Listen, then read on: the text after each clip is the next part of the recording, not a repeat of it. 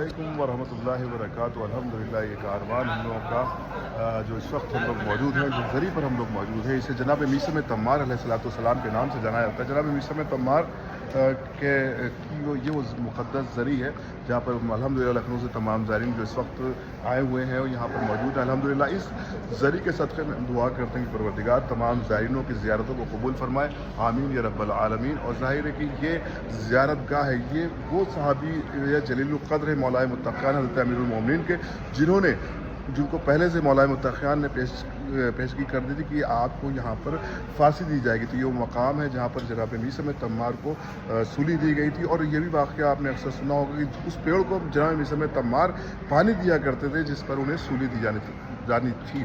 سبحان اللہ۔ دار پر میثم تمار یہ ہنس کر بولے، ذکر اس کا ہے زباں اس کی ہے، اپنا کیا ہے، نعرہ حیدری، نعرہ صلوات۔